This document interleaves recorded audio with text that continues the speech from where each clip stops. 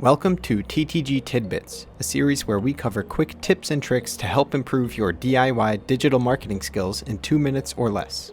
In this video, I'm going to be showing you how to create an anchor tag on your WordPress website. And if you don't know what an anchor tag is, it's basically a link that shoots you down to a different section of a page that a user is already on.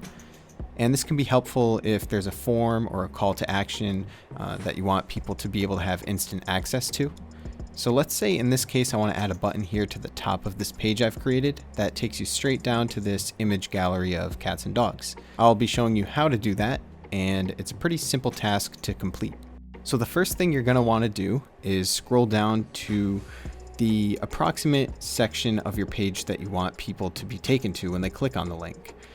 In this case, I know that I need to put it in between these two paragraphs here, because if I put it beneath the second paragraph, it actually shoots you down too far on the page and they miss out on the first 3 photos.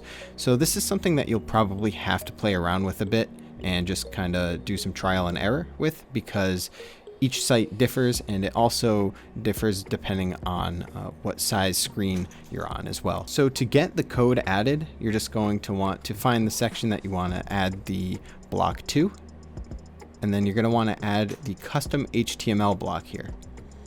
And in the section where it says write HTML, you're going to want to paste this snippet of code in there. And the only thing that you're going to want to change is actually the section that says tag here. So you can put whatever you'd like it to say in there. In this case, I'm just going to say gallery. And then you're just going to want to scroll on back up and put your button in wherever you'd like it to go. In this case, I'm going to put it at the top of the page. So I'm just going to insert a button block, add some text to it. And now when you link the button, you're actually going to want to use the tag that you created and added into that snippet of HTML. So again, in this case, it's the word gallery. And then when you're linking the button, just type in hashtag and then gallery, or whatever it is that your tag is. Once you're done, just click the update button. And now when you go to view the page and you click the button that we just added, it should shoot you down to the section in which you put the HTML code.